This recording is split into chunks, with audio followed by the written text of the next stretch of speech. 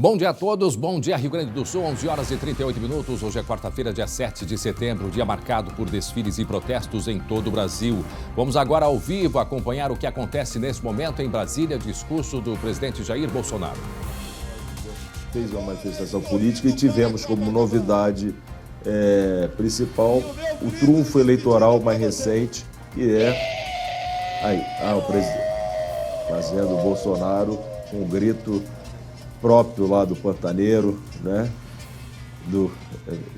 Tivemos como novidade o discurso da primeira-dama Michele, que vem sendo, nesta fase da campanha, um trunfo eleitoral do presidente na tentativa de reconquistar o voto feminino, onde muito expressivo, superior ao voto masculino, onde ele tem, em números, naturalmente, onde ele está em defasagem em relação ao líder das pesquisas, o ex-presidente Luiz Inácio Lula da Silva.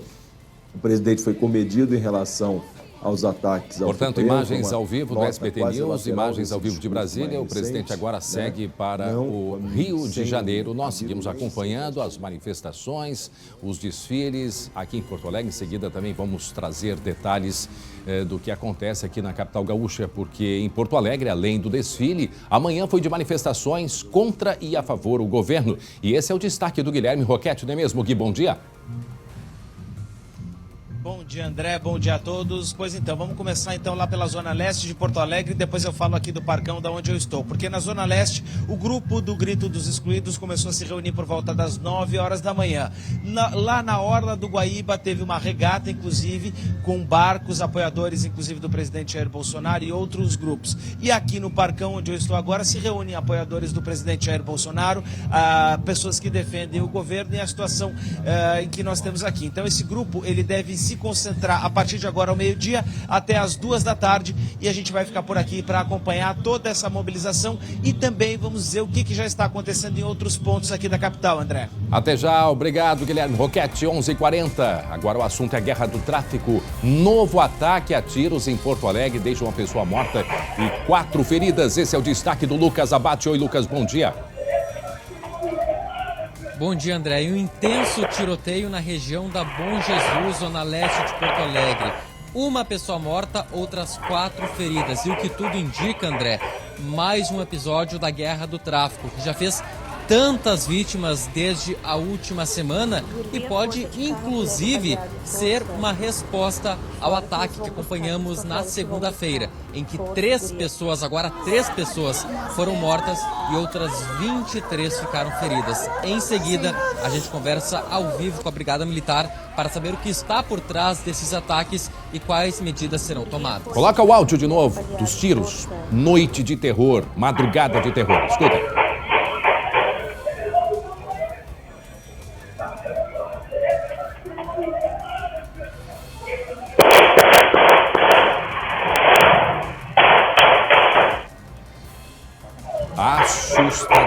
Assustador. Em seguida vamos trazer mais detalhes, inclusive já são vários mortos nas últimas semanas em decorrência justamente desta disputa entre grupos rivais. Em seguida, detalhes e informações, mais uma vez aí as imagens, mais uma vez em um bar, como aconteceu na segunda-feira, mas em seguida a gente vai atualizar essas informações. Agora eu sigo com o Lucas Abate, porque, atenção, é exclusivo. O Lucas teve acesso ao inquérito policial militar do caso do torcedor Rai Duarte. Rai foi espancado por brigadianos após um jogo de futebol aqui em Porto Alegre no dia 1º de maio, não é mesmo, Lucas? 103 páginas, André, desse inquérito foram analisadas pela nossa reportagem e revelam novos detalhes importantes sobre o caso Rai. Perguntas que ainda estavam sem respostas, pelo menos publicamente, sobre quem participou das agressões, em que locais que as agressões contra os torcedores aconteceram e o que aconteceu entre o estádio e o Hospital Cristo Redentor. A gente traz essas respostas daqui a pouco nessa reportagem exclusiva. E mais, André, conversas entre 2 policiais militares investigados apontando quem era o mais responsável pelas agressões. Portanto, exclusivo, o SBT teve acesso ao inquérito do caso Rai e em seguida vamos trazer outros detalhes sobre o que aconteceu com este torcedor, os detalhes, portanto, da investigação. Agora eu quero a atenção, principalmente os moradores de Alvorada, porque todo cidadão tem o direito de votar em quem quiser, sem sofrer qualquer tipo de influência, correto? Correto. Mas em Alvorada, aqui na região metropolitana, parece que esta não é a realidade. Preste atenção, nós tivemos acesso a uma gravação em que uma secretária da prefeitura pede explicitamente apoio político para os candidatos que ela quer que sejam eleitos. Na reportagem, os detalhes. Segundo a denúncia, a conversa aconteceu em Alvorada, na sede da Secretaria Municipal de Saúde, entre a titular da pasta, Neuza Abruzzi, e alguns servidores. Ela explica o motivo de estarem ali. Eu sei que aqui nessa sala tem muita gente, né, que já tem o seu candidato. Mas eu não acho justo trabalhar na secretaria e não falar com todos. E faz um convite. Eu vou apoiar um candidato a deputado estadual e uma federal. Tá? E amanhã vou chamar as pessoas que quiserem abraçar essa campanha para um encontro com eles ao meio-dia na sede do partido do MDB. Tá? Vai ser no horário de almoço. Então, eu queria dizer para vocês que aqueles que quiserem se juntar a nós nessa campanha, tá? Deem o seu nome para vão ir daí lá no encontro, né? E eu quero dizer para vocês que todos são bem-vindos. Neuza reforça que o convite para o encontro será estendido a outros setores. Vou fazer primeiro a reunião com aqueles que quiserem abraçar essa campanha agora, aqui da secretaria, e depois, na outra semana, vou chamar o pessoal de outros setores também da secretaria, né, que queiram participar conosco, tá? Então, mas eu entendo perfeitamente quem tem já o seu candidato, certo? Mas eu achava que eu tinha que falar. Este advogado especialista em direito eleitoral diz que a lei proíbe conversas como essa em ambientes públicos, justamente para que todos os candidatos tenham condições iguais nas eleições. Se de fato se aferir que uma servidora pública está se utilizando do prédio público ou das suas funções públicas para fazer campanha eleitoral, beneficiando não ela, mas eventualmente outros candidatos, tanto ela como esses candidatos podem ficar sujeitos a sanções, né?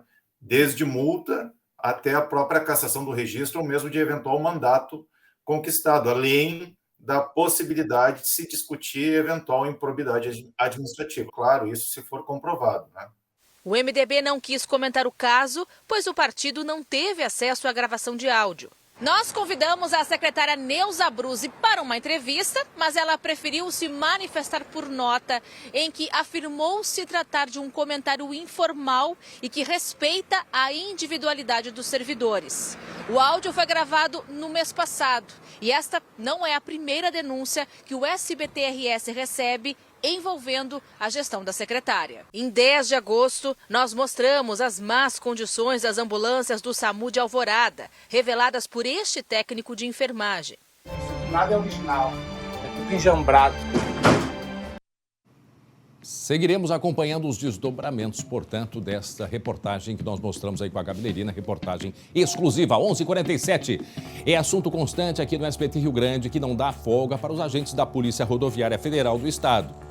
Só este ano, preste atenção, 50 toneladas de agrotóxicos apreendidos aqui no Rio Grande do Sul. O contrabando desses produtos aumentou 10 vezes em comparação com o ano passado. Quem tem as informações da redação é ele, Glauco. Oi, Glauco, bom dia. Bom dia, André. Bom dia a todos. Olha, são números realmente impressionantes, principalmente esse da diferença em relação a 2021, 10 vezes mais, tá? Em 2022, são 22 ocorrências e o valor total das apreensões chega a R$1 milhão.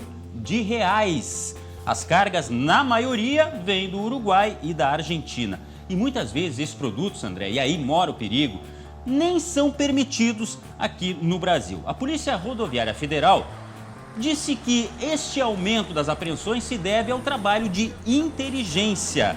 O valor mais baixo destes produtos lá fora estimulam as pessoas a trazerem este produto para cá, para o Brasil. Mas para onde será que vai? Será que fica tudo aqui no Rio Grande do Sul? É isso que nós fomos atrás dessa informação que a Polícia Rodoviária nos trouxe. Vamos ver. Temos agrotóxicos que vêm do Paraguai, que abastece o Brasil de uma maneira geral, mas o da Argentina, o do Uruguai, normalmente ficam entre Rio Grande do Sul, a sua maior parte. Algum produto vai para Santa Catarina, vai depender da lavoura, da rota. Agora eu vou te dizer o seguinte, André. Muita gente pensa, porque não paga imposto. Não, esse é apenas um dos crimes. Tem a ameaça à saúde, tem um problema sanitário muito grave, tem a questão da contaminação do próprio solo, medidas que muitas vezes o próprio agricultor não sabe se está aplicando de forma adequada. E aí também tem uma questão à parte. O agricultor que aplica. Aí vem um alerta. Quem quer economizar pode sofrer muitas consequências. Veja. Pode gerar aí também, nessa aplicação, um risco à sua saúde. Temos históricos aí, inclusive matérias que tratam do desenvolvimento de células cancerígenas no organismo, problemas psiquiátricos relacionados aí à exposição de determinada toxicidade. E esse é o perigo, né, Glauco? Porque a droga, quando é apreendida, né, ou seja, as drogas que não são apreendidas, drogas, cocaína, maconha, enfim, você sabe o destino delas mais especificamente, diferente do agrotóxico, do defensivo agrícola, que é difícil de você conseguir localizar o caminho. Agora, percebam, 50 toneladas é uma quantidade bastante grande, importante a atuação, portanto, da Polícia Rodoviária Federal, agora faltando 10 para o meio-dia. Aqui em Porto Alegre, amanhã foi marcada pelo desfile dos 200 anos da independência do Brasil e também por manifestações contra e a favor do governo Bolsonaro. O Guilherme Roquette tem os detalhes pra gente, não é mesmo, Gui? Pois então, André, a gente fala agora aqui do Parcão, onde apoiadores do presidente Jair Bolsonaro se reúnem nesse momento. A previsão é que essa mobilização se intensifique a partir da tarde e o grupo já está aqui com várias bandeiras. A gente vê bandeira de partido político, mas isso em todos eles tem, né? Tanto de um lado quanto do outro. Mas o que eu quero dizer é que aqui a gente percebe ainda a mobilização, mas a Avenida Goethe não está trancada. Uma outra mobilização, ainda essa aí já uma celebração em função dos 200 anos da independência, aconteceu no Guaíba nessa manhã com uma regata. Um grupo de embarcações partiu então do Pontal do Estaleiro. A celebração é uma iniciativa da Liga de Defesa Nacional do Rio Grande do Sul, com a supervisão da Marinha. O desfile de embarcações então do Corpo de Bombeiros, também desfile militar, tudo isso partiu lá da região do Pontal do Estaleiro e depois também a gente teve a participação de embarcações privadas que se reuniram ali na região do Pontal do Estaleiro e foram em direção à região da usina do gasômetro. Essa regata então foi organizada, como eu disse, pela Liga de Defesa Nacional aqui do Rio Grande do Sul e contou com essa mobilização lá na região do Guaíba. Por outro lado, desde cedo da manhã, nós já tivemos uma outra mobilização, que foi o Grito dos Excluídos. Esse aconteceu na região do Partenon. Acontece essa mobilização desde 1995, André, sempre no dia 7 de setembro. O Grito dos Excluídos, lá no início, ele vinha sempre junto, após o desfile militar, o grupo se organizava e passava depois da celebração militar.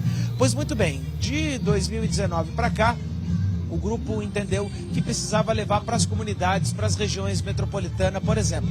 E aí, hoje, a celebração é no Parcão e eles tratam o tema da água por lá, André. Muito bem, e a gente agradece ali, belíssimas aquelas imagens do Guaíba, do drone do Marcos Ozanam, nosso colega.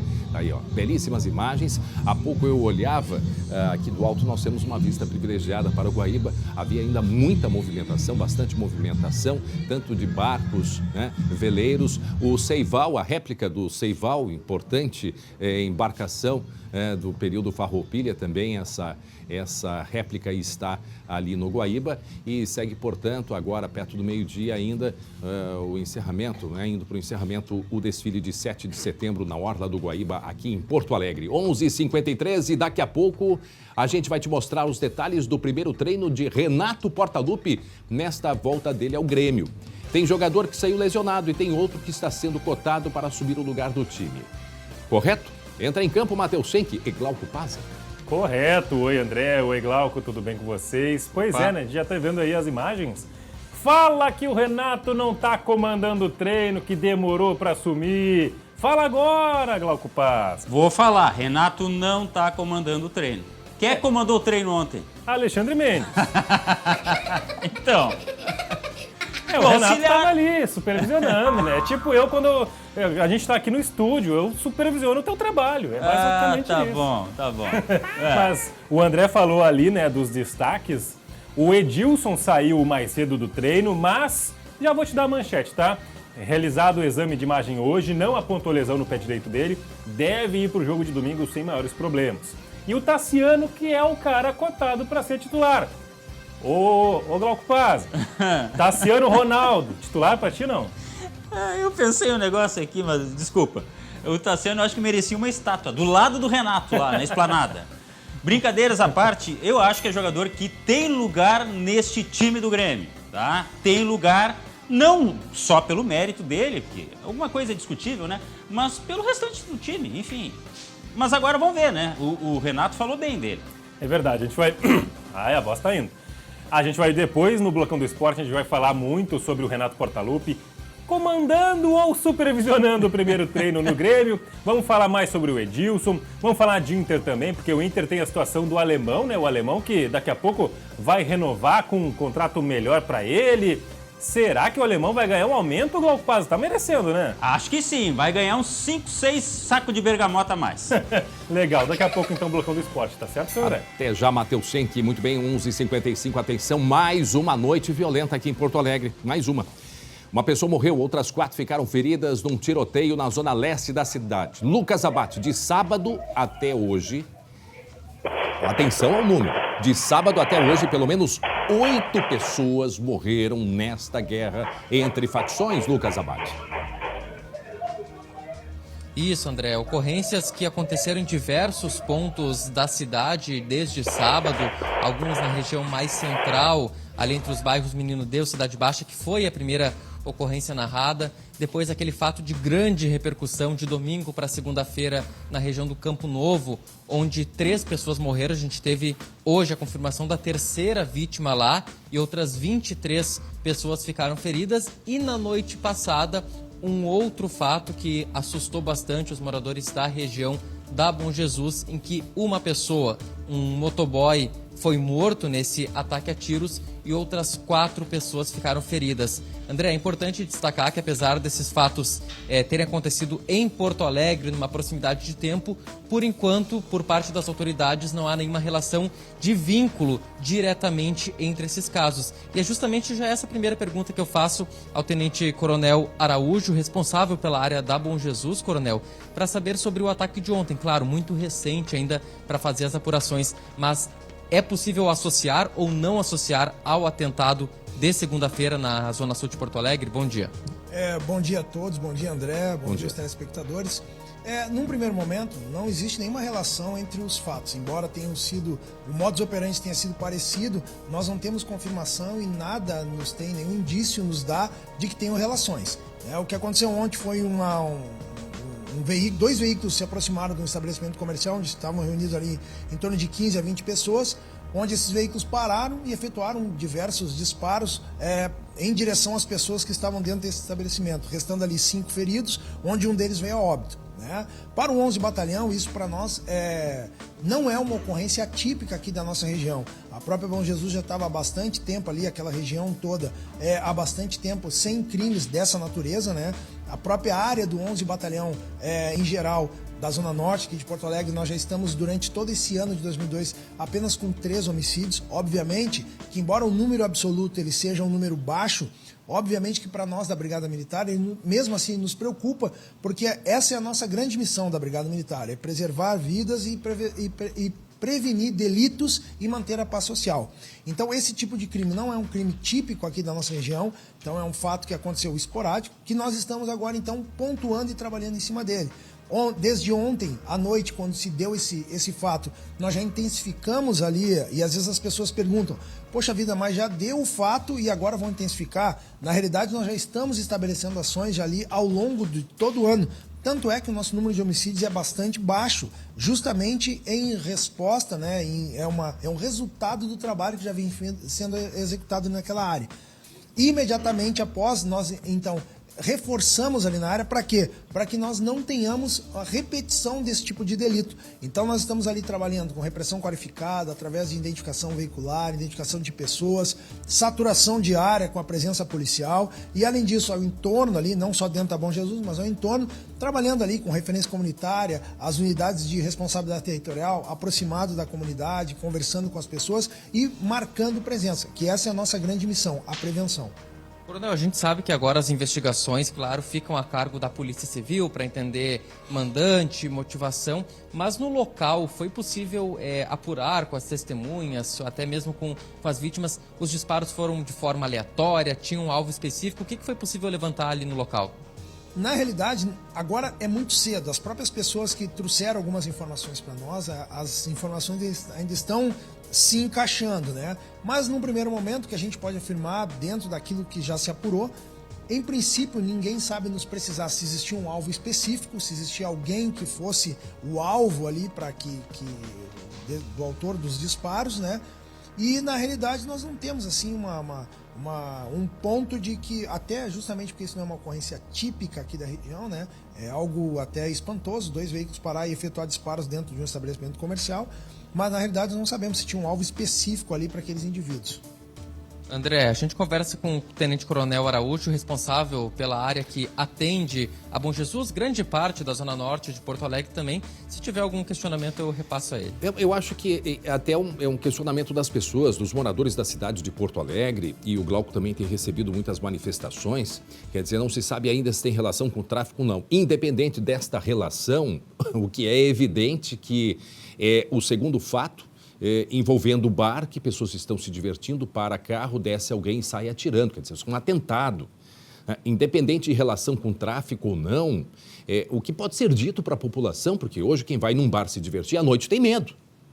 Né? Eu acho que essa é a questão, independente da relação com o tráfico, o que é assustador e preocupante, independente também de qual bairro, mas a gente viu em Alvorada no início da semana, inclusive morreu a terceira vítima, né? Não, a terceira vítima não foi de Alvorada, foi ali do Campo Novo. Mas, enfim, também tem consequências todos esses ataques, esses atentados. Quer dizer, é o medo que a população vem enfrentando em meio a esses crimes aí, Lucas. Isso, André, porque muitas vezes os números, claro, estão em queda, mas a sensação de insegurança, Coronel, ela permanece elevada após esses fatos. Então, o que pode ser dito para a comunidade, para as pessoas que estão com medo daqui a pouco de sair de casa, daqui a pouco recebe até uma informação de toque de recolher? O que a Brigada pode dizer para essas pessoas? Perfeito. O que nós temos a dizer para a comunidade da Bom Jesus e toda a comunidade aqui da área do 11º Batalhão é que a Brigada Militar vai estar presente fazendo a segurança de todos vocês. Né? Nós já estamos implementando e a partir dessa semana eu tenho certeza que toda a comunidade aqui da área do 11º Batalhão, Bom Jesus, toda a nossa região aqui já vai começar a visualizar novas estratégias que nós estamos adotando de visibilidade policial, de presença policial nas comunidades, dentro das áreas de grande fluxo, onde as pessoas vão passar e sentir a presença policial junto das pessoas. Não existe aqui na área do 11º Batalhão toque de recolher, não existe nada disso. A Brigada Militar está aqui para apoiar a nossa comunidade, apoiar as pessoas, e o que nós pedimos é que continuem confiando em nós e que qualquer informação que a comunidade tenha dessa natureza, de toque de recolher ou de qualquer cerceamento da liberdade dos senhores, trabalhador e trabalhadora que está agora nos assistindo, confiem em nós, nos comuniquem, nos procurem, que nós estaremos lá para ajudá-los e protegê-los. Sobre essa comunicação, Glauco tem uma pergunta. Antes de começar a entrevista, a gente... Oi, Lucas, desculpa. A gente conversava com o coronel, que muitas vezes, depois desses fatos, circulam mensagens dizendo, olha, vão roubar 40 carros nessa noite para praticar novos ataques. E os criminosos, obviamente, não vão avisar, então para as pessoas ficarem atentas também. Claro, existem fatos graves, mas existem muitas mentiras que acabam circulando e aumentando ainda mais o pavor na população, Glauco. Não, até me surgiu essa dúvida agora, eu gostaria de repassar ao coronel, porque as pessoas têm medo, isso é inegável, as pessoas estão com muito medo. E isso significa que elas deixam de fazer também as denúncias anônimas? Ou eles recebem muitas denúncias, Lucas?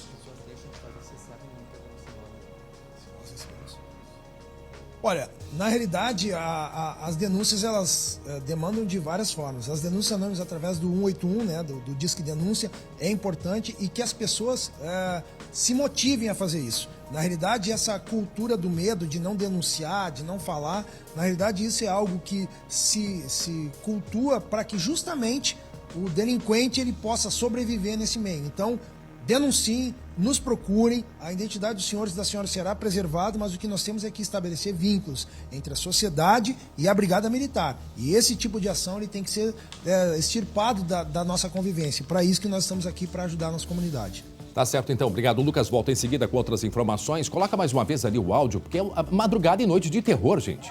Olha aí, escutem.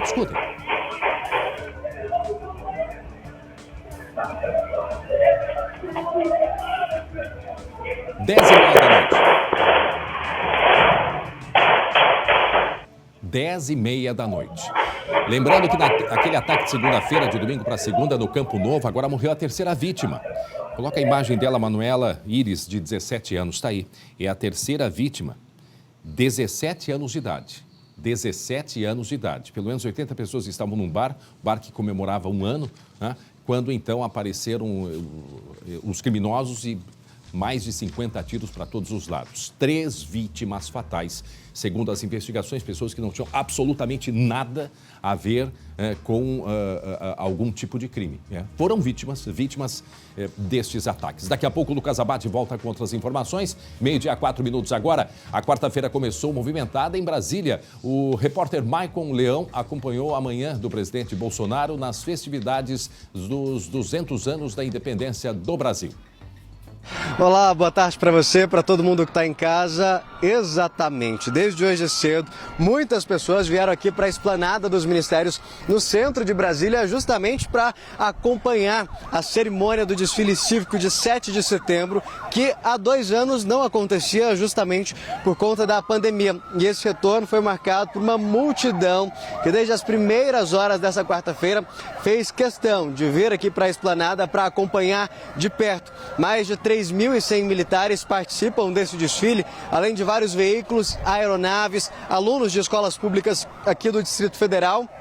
E um diferencial deste ano é a participação de autoridades de Portugal que vieram aqui para o Brasil para participar exclusivamente das comemorações do bicentenário da independência do Brasil. A gente vê aqui essa quantidade de pessoas se aproximando, andando aqui pela Esplanada. E um ponto positivo é que, segundo a Polícia Militar aqui do Distrito Federal, nenhuma ocorrência foi registrada. Tudo aconteceu de forma bem tranquila. A segurança aqui na Esplanada dos Ministérios foi reforçada. A gente vê que vários pontos de bloqueios foram montados justamente para revistar as pessoas que iam chegar próximo ao local onde estão as autoridades, uma forma de garantir a segurança desses visitantes que vieram de várias partes do país e também das autoridades. Em alguns prédios dos ministérios ali também estão posicionados de forma estratégica seguranças e até atiradores de elite. A gente segue acompanhando e ao longo da programação traz mais detalhes sobre esse 7 de setembro que aqui em Brasília aconteceu de forma bem tranquila. Muito bem, obrigado ao Maicon aí pelas informações direto do Distrito Federal, direto de Brasília, 12:06. Exercício da função ou abuso de autoridade? Imagens de uma abordagem policial dividem opiniões. Acompanha aí. Glauco, explica pra gente onde aconteceu e como tudo aconteceu, Glauco. Foi ontem de manhã em São Leopoldo. A gente está vendo imagens das câmeras de segurança deste local aí. Vou resumir o que aconteceu, tá? Os policiais fizeram uma abordagem num galpão de reciclagem, que é esse aí que a gente está vendo, e que é conhecido como um ponto de tráfico de drogas. Um homem que estava lá, com um vasto histórico criminal, envolvendo tráfico e roubo, por exemplo, teria jogado drogas no meio do lixo. Os policiais foram lá, imobilizaram ele, botaram algemas. Em determinado momento parece que ele chora e até há uma agressão ou uma ameaça de agressão por parte do policial. Vamos ver e ouvir o que está sendo dito nesse vídeo aí. Vamos lá.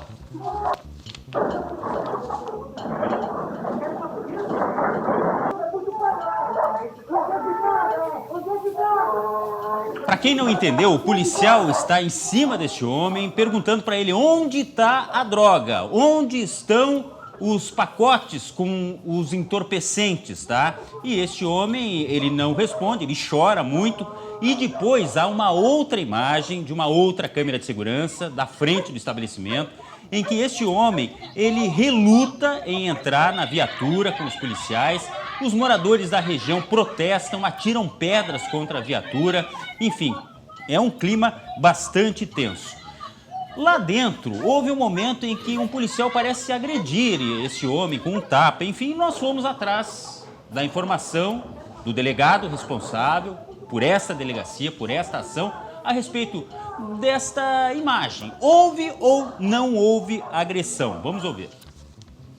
Que a versão policial, até antes da gente conhecer o vídeo, que ele foi ameaçado de morte e o bandido falou assim, você é um covarde, vou te matar porque você é covarde. Aí o que acontece? O policial vem e fala pra ele, se eu fosse covarde eu te dava na cara. E aí o policial faz menção de acertar o rosto dele. Depois, na sequência, o policial sim dá 2 cascudos, tá? Com relação a esse fazer menção, afirmo categoricamente que o policial não bateu, porque todos os policiais foram no mesmo sentido, que não houve agressão e, na dúvida, a minha função ali é levar o preso para exame de lesão corporal. O exame de lesão corporal não constatou nenhuma lesão. Além de drogas, caderno com anotação do tráfico, dinheiro, isso foi apreendido neste local aí. E este homem abordado, ele já foi condenado. Ele cumpria prisão domiciliar por roubo. A gente falou antes um pouco da ficha dele, né? Que é extensa. Agora, o delegado, ele chama a atenção para outra questão. Estas imagens aí da câmera de segurança. É uma coisa curiosa. Vamos ver o que ele disse. Ali a gente já fez prisão por tráfico de drogas, né? E eles alegam que aquelas câmeras não gravam. Agora, tendo conhecimento que a câmera grava efetivamente, porque eles forneceram a gravação, obviamente que nos interessa e seria interessante questionar a defesa se eles vão apresentar os últimos 15 dias de gravação, porque aí com certeza vai ajudar muito o trabalho da justiça e da polícia a esclarecer todos os fatos que acontecem naquele local. Tá aí então, 2 versões.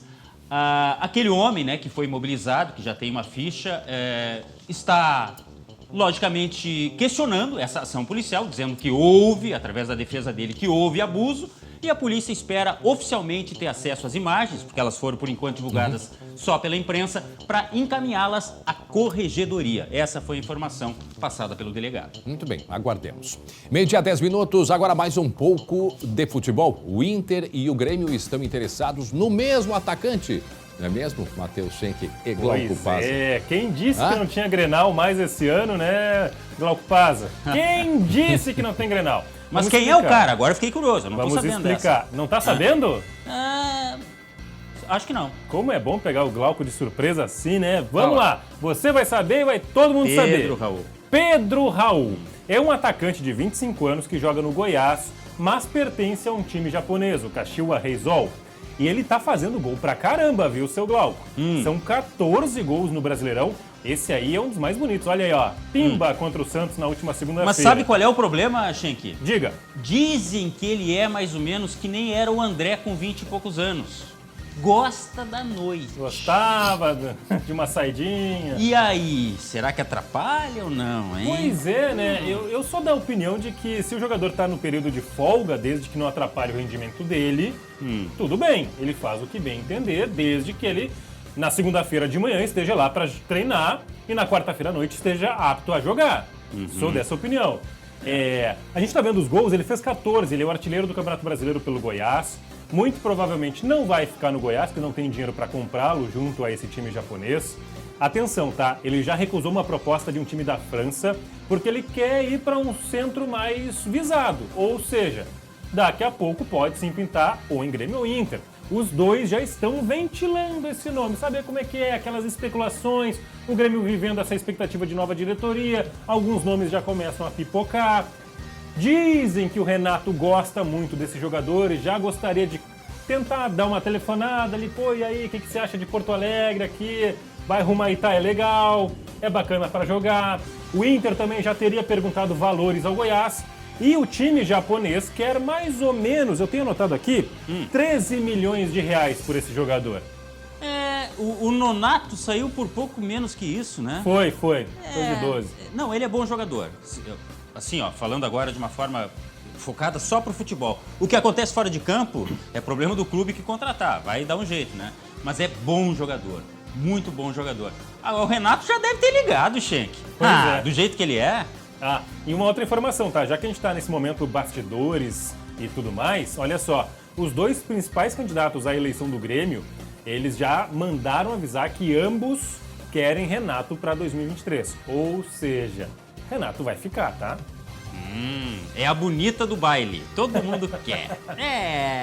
O Renatão, hein? Olha ali o cabelo. O que branqueou o cabelo desse homem, rapaz. Pois é. E importante dizer, tá? O Grêmio também acertou os valores quanto à subida. Se o Grêmio subir, sabe quanto é que o Renato embolsa? Nem imagino. Dá uma chutada de valor, hein? Qualquer 2 milhões, 3 milhões. Acertou na mosca, rapaz. 2 milhões de reais. Já dá pra fazer uma festinha lá. Já dá pra comprar um churrasco. Na beira da praia lá no Rio, né?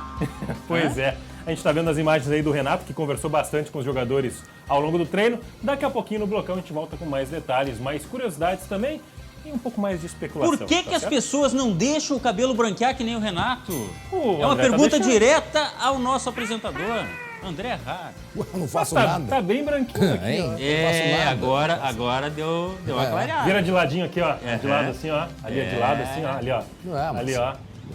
Natural, todo mundo chega lá um dia, né? Eu espero nem ter todos, cabelo. né? Eu espero ter cabelo pra ficar branco. Tem isso também, né? Barba, né? Mas isso é sinal de sabedoria e experiência, não é mesmo? Até daqui a pouco, Matheus Schenck, meio-dia 14 minutos, meio-dia 15. Agora, voltamos a falar sobre os desfiles, a celebração dos 200 anos da independência e também o dia de manifestações aqui na capital gaúcha. Contra e a favor do governo Bolsonaro. É o Guilherme Roquette que nos traz detalhes, não é mesmo, Gui?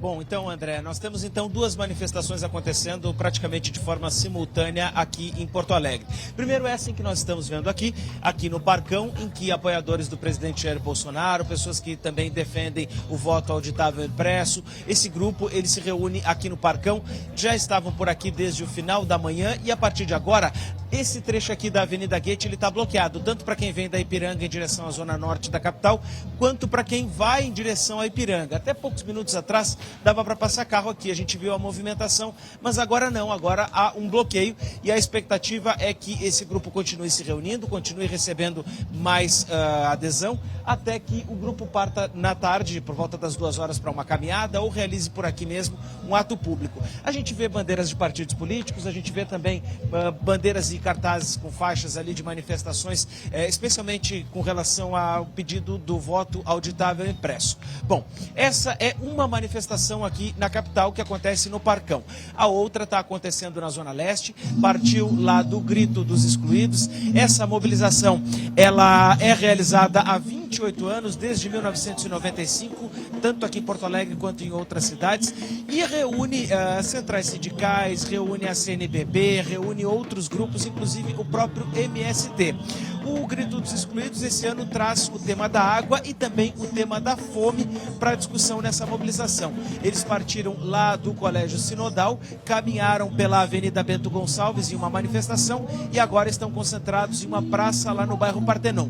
A gente conversou mais cedo com a organização e nós ouvimos então a Roseli Pereira, que é da CNBB, e também o Jerônimo Pereira da Silva, que é da direção do MST, os dois que fazem parte do Grito dos Excluídos. Vamos ouvir o que eles nos disseram essa manhã, enquanto a gente esteve por lá, André.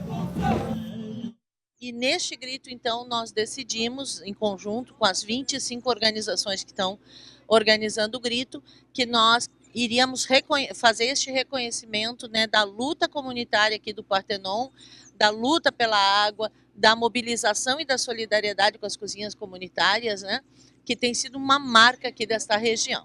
E nesse momento que a gente está entendendo no nosso Brasil, que é um dos países que está com mais de 33 milhões de pessoas passando fome, mais do que nunca a gente quis ajudar a construir o Grito e também pelo processo que a gente já vem construindo em Porto Alegre, na verdade, né? Durante toda a pandemia a gente já doou mais de 700 toneladas de alimentos aqui em Porto Alegre para as cozinhas comunitárias e para as associações. E aí, Gui?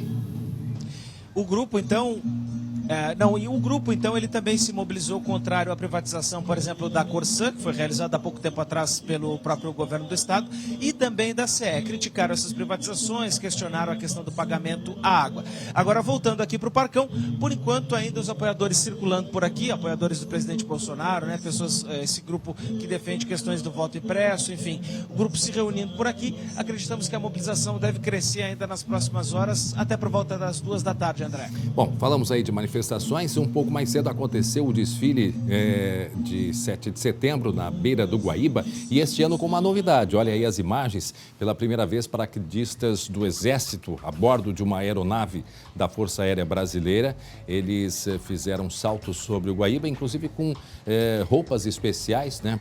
Devido à queda na água, o que chamou muito a atenção, né, pelo espetáculo nestes 200 anos de celebração da independência do Brasil. Aí temos as imagens do desfile que aconteceu em Santa Maria, região central do estado. Desfiles que começaram por volta de 9 e 10 horas da manhã em muitos municípios aqui do Rio Grande do Sul. Ô André. Diga, Glauco. Olhando essas imagens, eu volto um pouco no passado e lembro da nossa época de estudante, certamente o André também, né? Botava o tênis melhor que tinha, a calça passada nos mínimos detalhes, camisa branca e ia para o desfile, né? Sem dúvida. Hoje já virou assim um palco eleitoral, nós estamos vivendo um clima totalmente diferente, mas pedir, né? Tranquilidade, paz para as pessoas que vão nesses eventos, nessas manifestações. Todo mundo tem direito a se manifestar, né? Mas eu acho que o dia tem que estar acima de tudo. E aí o presidente Bolsonaro, que participou do desfile de 7 de setembro em Brasília, lembrando que agora já deve o presidente estar num voo para o Rio de Janeiro, onde participa na parte da tarde de um desfile também na cidade do Rio de Janeiro. Em frente a ele está o vice-presidente da República, Hamilton Mourão. Há também ali outros ministros, uma participação muito grande de militares. Segundo já nos contou a Suane, a nossa repórter lá de Brasília, a presença de mais de 1.500 policiais. Agora sim, o hino nacional brasileiro lá em Brasília, esplanada dos ministérios, são imagens ao vivo. Obviamente, uma preocupação muito grande com a segurança do presidente, que numa situação como essa... Isso aí, portanto, foi o início, né? O início do desfile de 7 de setembro em Brasília. O presidente, como dissemos, viaja agora para o Rio de Janeiro, onde à tarde participa também do desfile. Ele que chegou em Brasília acompanhado da primeira-dama no Rolls Royce presidencial. Isto chegando para a apresentação do desfile em Brasília, que aconteceu às 9 horas da manhã, acho que foi, né? Às 9 horas da manhã, lá em Brasília. E à tarde, o SBT News também vai fazer a transmissão do desfile, que acontece no Rio de Janeiro, por volta de 2 horas da tarde. Aí. Muitos desfiles, como disse o Glauco, de fato, Glauco, a gente colocava a melhor roupa, uma camisa branquinha, bem passada, e sempre foi muito orgulho, né, de encher o coração de emoção participar dos desfiles. Esse é o de Porto Alegre. Esse aqui em Porto Alegre. Ali pracinhas, né, Glauco? Exatamente. É um reconhecimento também à nossa história, né? Eu acho muito importante isso aí para a gente não se perder nessa questão da discussão política e o que representa realmente a data, né, André? E eu imagino para eles a emoção que né, poder participar de um desfile. Um número muito grande de pessoas acompanharam. Não choveu aqui em Porto Alegre. Foram um evento, obviamente, aberto ao público, e cerca de 5 mil militares e civis, né, que desfilaram pela Edivaldo Pereira Paiva, desfile que aconteceu em Porto Alegre. E no Guaíba, a gente tem aquela imagem aérea do Guaíba com diversos barcos. Olha só que imagem, muitos veleiros, também barcos da Marinha e a réplica do Seival, que foi um barco de extrema importância, um veleiro na Revolução Farroupilha, também uma réplica desse barco estava circulando ali pelas águas do Guaíba. Que bonito aí, que bonita esta imagem. Um dia de muitas celebrações, 200 anos da independência, e como dissemos, em diversos municípios aqui do estado, desfiles que aconteceram. Teve São Gabriel, teve desfile em Santa Maria que nós mostramos. Olha, uma quantidade muito grande e o tempo colaborou, né? A gente tinha isso, aí a possibilidade de uma instabilidade, mas ao menos nesta parte da manhã nós não tivemos chuva e pudemos acompanhar aí os desfiles, a população pôde acompanhar os desfiles em diversas cidades aqui do Rio Grande do Sul. Daqui a pouco falamos mais a respeito destes desfiles, meio-dia 23 minutos. Agora eu quero a sua atenção porque nós vamos falar sobre o caso Rai Duarte, temos novidades exclusivas. Lembram do Rai Duarte, torcedor do Brasil de Pelotas, agredido por 11 policiais depois de uma partida de futebol na Série C contra o São José? Foi no dia 1º de maio, isso aqui em Porto Alegre. Pois o SBT teve acesso com exclusividade ao inquérito policial e o Lucas Abate traz agora os detalhes. No documento com mais de 100 páginas, os detalhes das agressões contra Rai Duarte, de 33 anos. Na semana passada, 10 policiais foram indiciados por tortura e lesão corporal e um 11º por tentativa de homicídio. Eu esperava que todos fosse responder por tentativa de homicídio, não só um, porque só um foi enquadrado por tentativa de homicídio e os outros não. É isso que está errado. Todos me agrediram da mesma forma. As respostas para o questionamento de Rai estão no inquérito policial militar obtido com exclusividade pelo SBT. Por diversas vezes, o soldado Leandro Duarte Lemos é apontado como o mais exaltado, mas não foi o único. Em conversa extraída de celulares apreendidos, 2 PMs conversam sobre as agressões. Não deveríamos ter tentado ajudar o Duarte. Agora quase todo... Ele para nós. Isso não é justo. Segundo a vítima, o agressor falou: "Esse lixo ainda tem o mesmo meu sobrenome, Duarte." O inquérito ainda reforça por diversas vezes que Rai Duarte não estava na confusão envolvendo torcedores do Brasil de Pelotas e São José depois da partida pela Série C do Campeonato Brasileiro no dia 1º de maio aqui em Porto Alegre. Além dos policiais militares, 6 seguranças do estádio do Zequinha disseram que Rai estava na confusão. Por isso, eles foram indiciados por falso testemunho. Segundo a investigação, a briga começou às 6h58 da tarde. 1 minuto depois, Rai já estava fora do estádio, sendo um dos primeiros a sair. A confusão foi dispersada às 7h03 da noite, quando Rai já estava no ônibus, aguardando o retorno para Pelotas. Às 7h04, 11 torcedores ficaram detidos dentro do estádio. Rai foi buscado 14 minutos depois, dentro do ônibus, uma das primeiras imagens do caso a ser conhecida. Ele foi retirado do ônibus.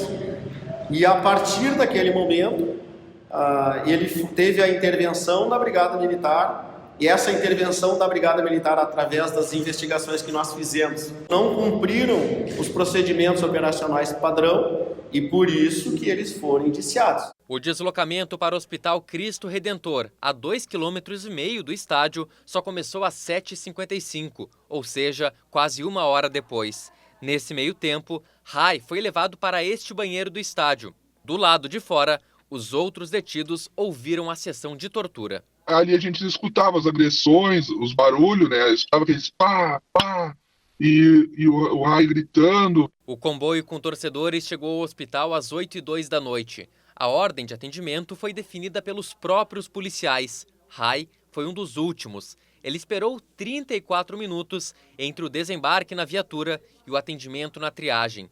Às 8h36, ele entra para a triagem e 6 minutos depois, desmaia. Rai só sairia do hospital 116 dias e 14 cirurgias depois, no dia 24 de agosto, ainda com limitações. Eu não posso comer tudo, eu não posso fazer força. Mais uma vez a gente vê a própria Brigada Militar na manifestação, né? Mais uma vez se repetindo a conduta de policiais não cumprindo o que deveria ser padrão. Ouvimos recente o caso do Gabriel, né, do jovem Gabriel, que morreu. O caso do Rai se repete o não cumprimento do protocolo. O Rai não morreu por muito pouco. E agora fica essa questão, Lucas, tu que tivesse acesso a toda essa investigação, o Rai já se manifestou, e nós vimos há pouco, porque apenas um deles foi indiciado, no caso, por tentativa de homicídio, os outros não. Agora, isso também vai para um outro processo, né? Segue o andamento deste processo, agora será encaminhado para o Ministério Público. O próprio Rai questiona se há possibilidade ou não de se rever, né, esta questão, já que, pelo que indica a investigação, houve a participação de vários policiais ali, não é mesmo, Lucas?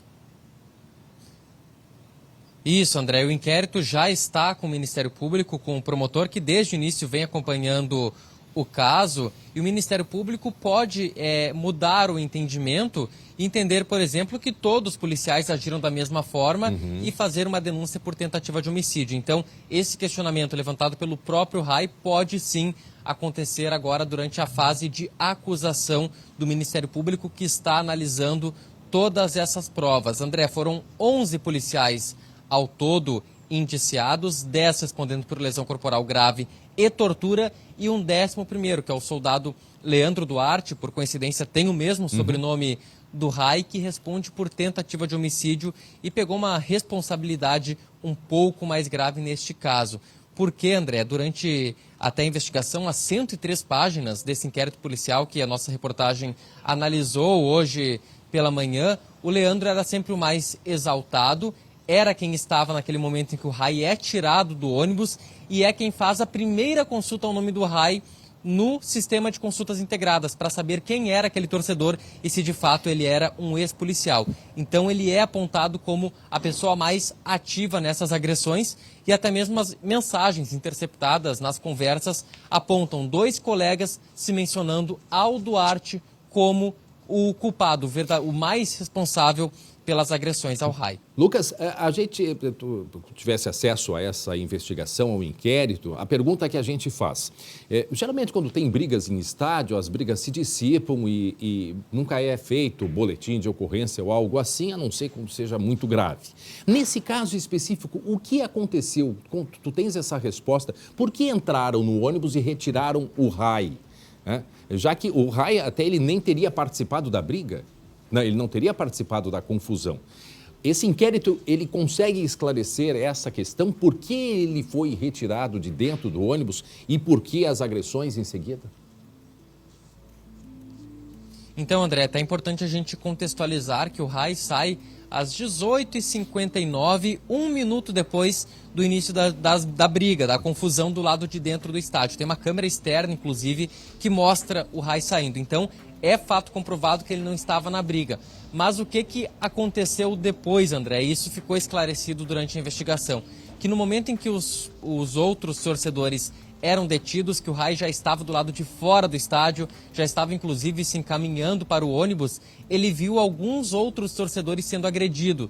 E ele tentou defender esses colegas, esses companheiros, dizendo que ele havia sido ex-policial militar, que ele havia trabalhado como policial temporário e que aquele não era o procedimento correto a ser feito. Então ele entra no ônibus, os policiais vão até o coletivo, retiram ele de dentro e a primeira coisa que eles fazem, André, o Rai a todo momento dizia que era policial militar, e a primeira coisa que eles fazem, eles abrem o sistema de consultas integradas, onde tem dado de todo mundo, para ver se o Rai era mesmo policial e se estava na ativa ou se já estava afastado da corporação. E segundo o relato de uma testemunha, o Rai é levado para essa salinha no momento que eles confirmam que ele não era mais policial militar, que ele não estava mais na ativa da Brigada Militar. Então é o momento que ele é levado para essa salinha separada e os outros 11 do lado de fora permanecem ouvindo essa sessão de tortura, como foi narrado por algumas testemunhas. Mas isso é gravíssimo, gente. Bota grave nisso. Isso é gravíssimo. Não entra na minha cabeça, André. Isso é gravíssimo quando essa questão de abordagem, né? Mostramos o caso Gabriel recentemente. Há pouco mostramos a Polícia Civil numa ação que também deve ser encaminhada para a Corregedoria, né? Mostramos há pouco, o Glauco explicou da atuação de um policial, quer dizer, um policial civil. Agora, a gente tendo acesso a esse inquérito do caso Rai. Quer dizer, a pergunta que se faz, mas e o protocolo? O protocolo é necessário para quê? Quer dizer, o RAI teria dito que não, esse procedimento não está certo e aí foi penalizado por causa disso. O Gabriel, há informações que teria chamado um policial, e isso ainda é questionado, de fraco, ou ele disse que ele estava fraco, e isso teria sido motivo para levar um tapa na cara e depois mais coronhadas. Quer dizer, essa não é a atuação do policial, do verdadeiro policial, que está com a farda para defender a vida, né? Para defender a paz, a segurança das pessoas. Não, não, não. Não é aceitável. Quer dizer, e isso é o princípio, a abordagem, André, o início, a chegada do policial para compreender o que acontece. E a partir dessa abordagem, a própria Brigada Militar, né, reconhece erro de protocolo, erro de procedimento totalmente fora dos padrões da Brigada Militar, Lucas.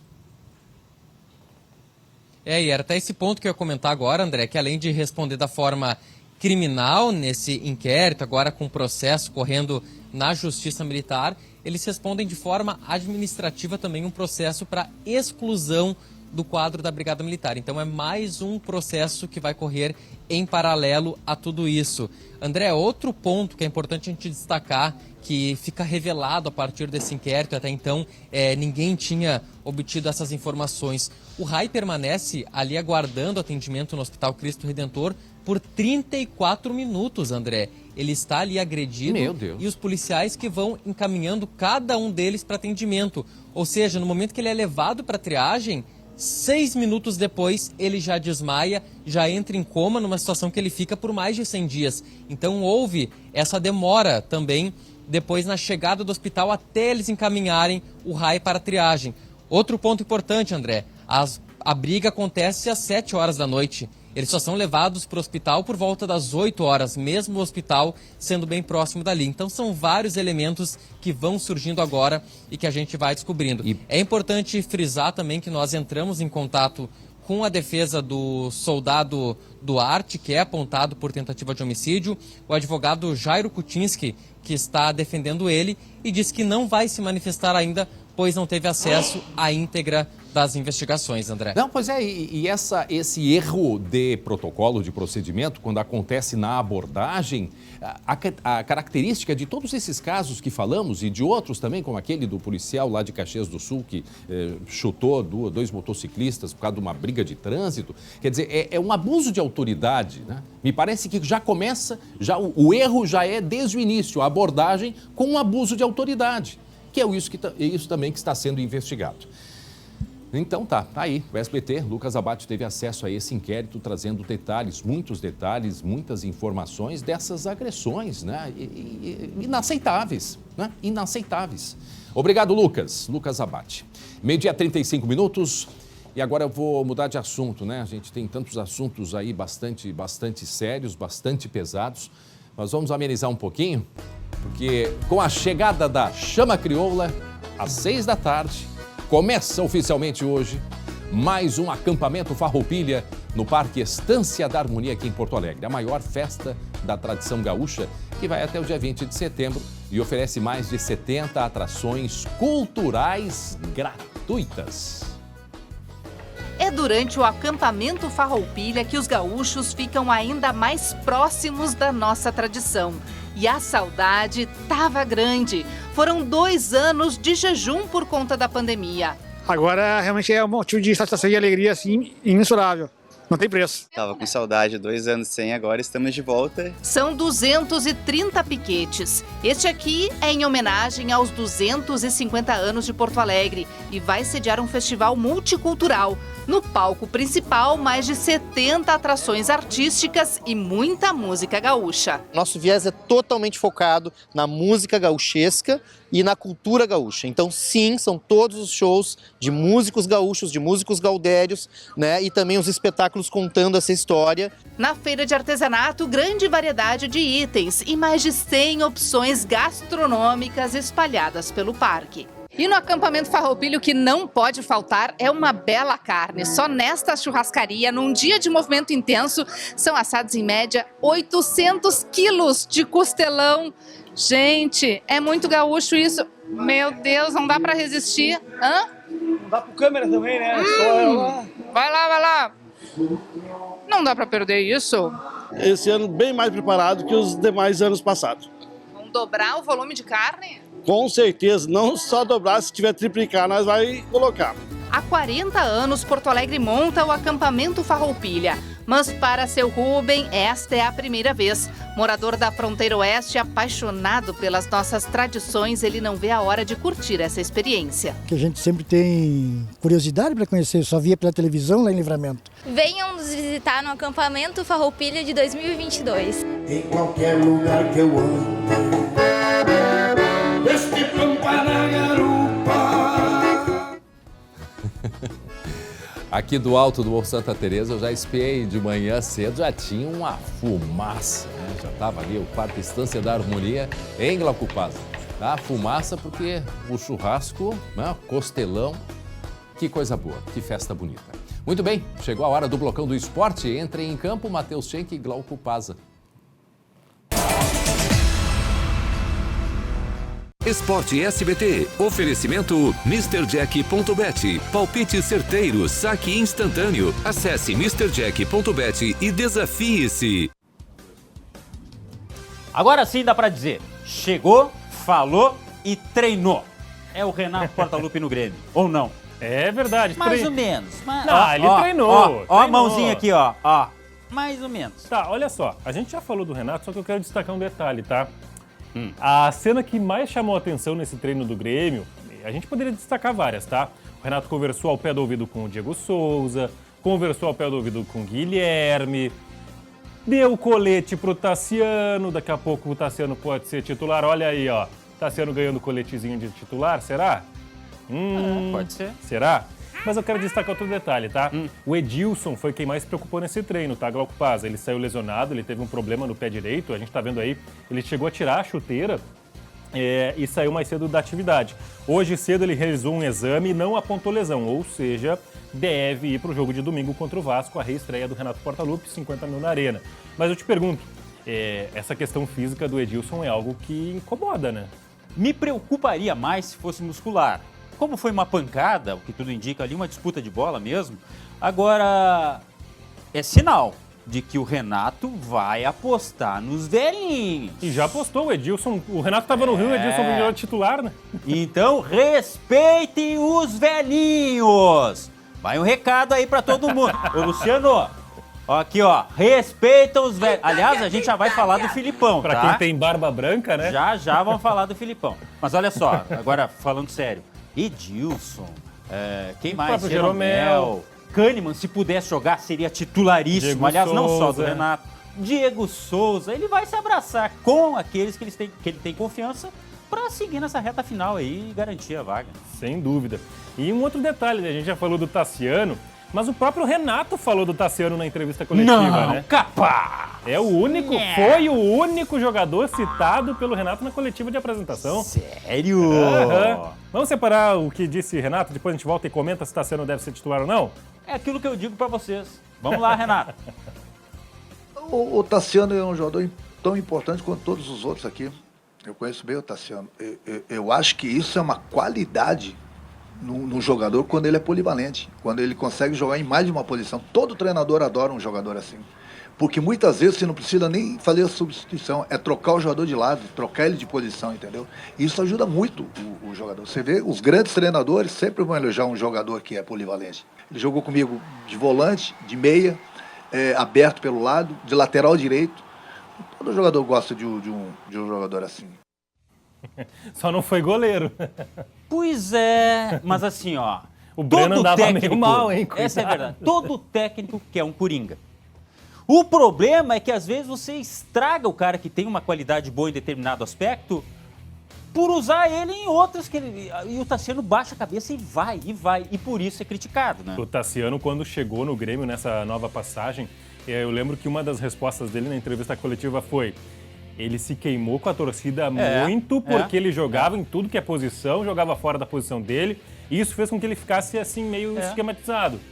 É isso e aí. agora vai acontecer a mesma coisa. Pode ser. Porque assim, ó, gente, é difícil um Coringa que se dê bem em todas as funções. Mais fácil ter um que não se dá bem em nada, tipo o Sheik. O único Coringa não que se deu bem... Não faz nada bem. Deixa eu desabafar agora. Hoje é feriado, rapaz, deixa eu falar. O cara dá A mais B, fala de laranja, vem com bergamota. Fala de melancia, vem com... Tá, já desabafei. Desculpa. Tá bom, mas não é o seguinte... Gente, o que aconteceu aqui? Vocês viram? Agora tô mais leve. Esse feriado tá deixando o pessoal meio doido, enchendo esse café aí. Olha, vem outro ainda. Vai pro lado, vai pro lado. Não, vou pro outro lado agora. Vou ficar do outro lado. Eu ia dizer que o único Coringa que se deu bem por enquanto foi o... Tá bom, já voltei. Calma, Batman, né? calma. Vai falar com o chefe? Não, já voltei. Quer que eu fique de joelho? Eu fico. Abaixa mais. Vamos ver se some da imagem. Desculpa, Tá, pode ir. Não é só o Renato que vai estrear domingo nesse Grêmio e Vasco, viu? Não é só o Renato. O Vasco também trocou de técnico, rapaz. Não, saiu o nosso poeta? Saiu o poeta Emílio Faro. Não, quem é que fez essa besteira tirar o nosso poeta, cara? Pois é. Entrou o Jorginho, que vai para a terceira passagem dele no Vasco. E se liga só no que disse o Jorginho na primeira fala dele como novo velho treinador do Vasco, porque é praticamente a mesma coisa que disse o Renato, tchê. É a mesma coisa, o mesmo discurso. Fala, Jorginho. Fiz um contrato de 2 meses, porque eu acredito muito no trabalho do Vasco da Gama, a possibilidade que nós temos, estamos no G4. Os jogos são difíceis, mas é uma grande oportunidade para a gente levar novamente o Vasco aonde ele jamais deveria ter saído. O mesmo discurso. Os mesmos objetivos, agora a diferença é muito grande. O Vasco, eu vou te dizer, o que rateia o Vasco? Se der um queijo ali, é muito ratão, né? Se faz, né? Mas olha só, pintou a especulação recentemente nas redes sociais de que o Douglas Costa pode voltar pro saudade! Grêmio. Já passou. Pois é. Coceira. E olha só, o nosso amigo César Fabres, ele também é amigo... Nosso não, teu, né? Que isso, tchê? Meu conhecido. Tá me devendo um lá que até hoje não pintou. Que absurdo. Cobrando no ar ao vivo. Mas o Fabres, ele é amigo do Douglas Costa. E gravou um conteúdo para nós explicando o que tem de verdade nessa história. Será que o Douglas pode voltar pro Grêmio? Diz aí, Fabres. Glauco e Matheus, satisfação conversar com os amigos mais uma vez. Falar de um tema que gera polêmica, que deixa o torcedor dividido. A volta de Douglas Costa, ou a possível, ou a suposição, como queiram denominar. O certo é, eu conversei com o Douglas, aliás, converso quase diariamente com o jogador, e ninguém do Grêmio procurou o atleta. A notícia surgiu através das redes sociais, e até ele foi pego de surpresa, tanto que esses tempos aí ele me chamou, perguntando o que estava acontecendo aqui no Brasil, ele que está totalmente focado no futebol norte-americano. Eu expliquei o que aconteceu, ele me disse que não falou com ninguém, não tocou no assunto também com nenhuma pessoa ligada ao Grêmio. Em relação aos candidatos à presidência do Grêmio, principalmente Odorico e Guerra e Odorico, nenhum dos dois também entraram em contato e nem sequer cogitaram.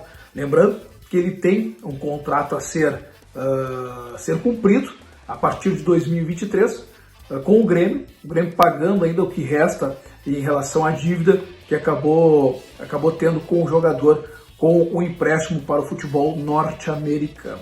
Valeu, pessoal, um abraço a todos e sempre uma satisfação conversar com os telespectadores da nossa querida emissora, o SBT.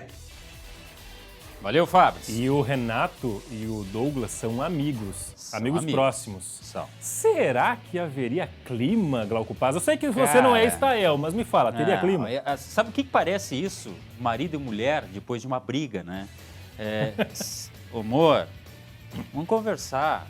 Sabe aquilo que a gente fez? Aquele tchauzinho? Não foi bem assim. O problema é que em meio a essa discussão tem quantos milhões de pessoas, que é o tamanho da torcida do Grêmio. A gente ia falar milhões que ele tem a receber do Grêmio ainda, né?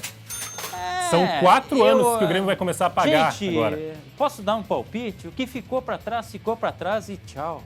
Tá, mas se é por essa lógica, o Renato não devia ter voltado. Não, o Renato é ídolo eterno do Grêmio. O Douglas Costa pra ídolo não serve. Isso é verdade. Não. Olha só, vamos então para... Ô, meu diretor, fala de novo que eu não escutei direito. Libertadores da América. Fala de novo que eu não entendi agora. O idoso é o Glauco, mas o surdo sou eu, né? Que horror. Olha só, Libertadores da América, primeiro finalista definido é o Furacão de Felipão. Fala do Filipão agora. Eu nunca que falei ajudou mal do a rebaixar Felipão. o Grêmio, que é gagá, que já não pode mais treinar. Tá aí, ó. Tá na tela. O que aconteceu lá? O gol do Scarpa, 3 minutos, parecia que ia ser desastrosa a noite do Felipão, mas não foi. Desastrosa foi a noite do Murilo, do Palmeiras. Olha a chegadinha dele no atleta do Paranaense ali, expulso. E assim, foi a quarta expulsão do Palmeiras nessa Libertadores, é o recordista em expulsões. Imagina o Abel. Imagina o vestiário do Abel Ferreira depois. Eu posso Gustavo até Gomes dizer... fez o segundo e depois o Furacão empatou. O gol do Pablo para 2-1 aí. E na reta final, aos 39, o Terans fez 2-2. Furacão na final, provavelmente. Porque havia vencido o primeiro jogo. E eu me permito dizer o seguinte, não é mais Felipão, é Caim. Por quê? Porque matou o Abel, né? Eu não é? Olha aí, ó. Quer intervalo? Por que intervalo? Vamos continuar discutindo aqui. Não. Já a gente volta com Champions. Com o quê? Champions! Que jogão. Até já.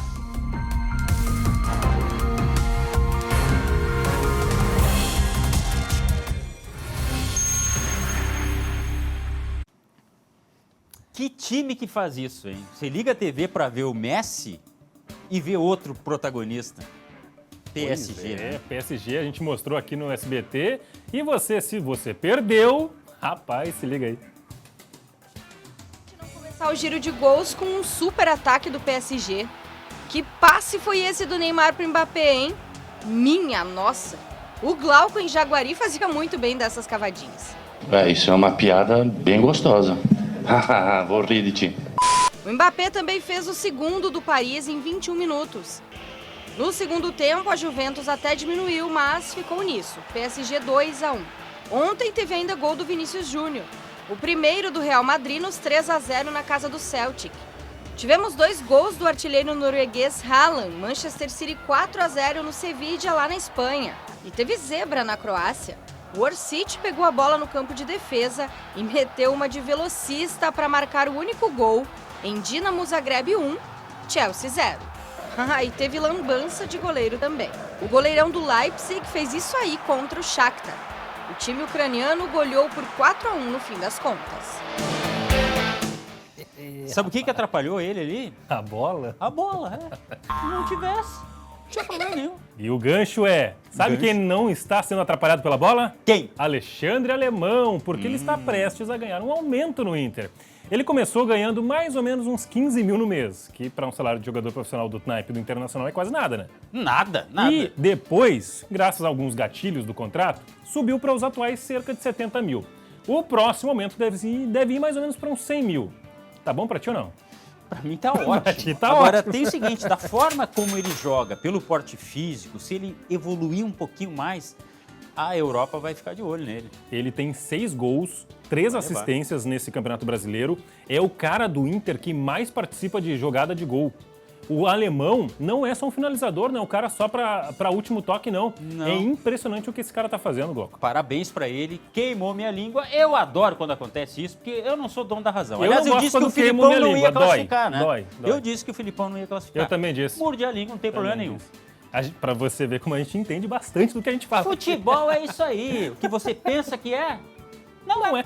A verdade de hoje é a mentira de amanhã, já diria Argel Fux. Que Glauco Pazza, encerramos com a lambança do nosso goleirão ali, do goleirão do Leipzig, pode ser? Mas eu vou amenizar o seguinte, ó, ele estava pensando em fazer já o lançamento, o passe. No almoço já de agora?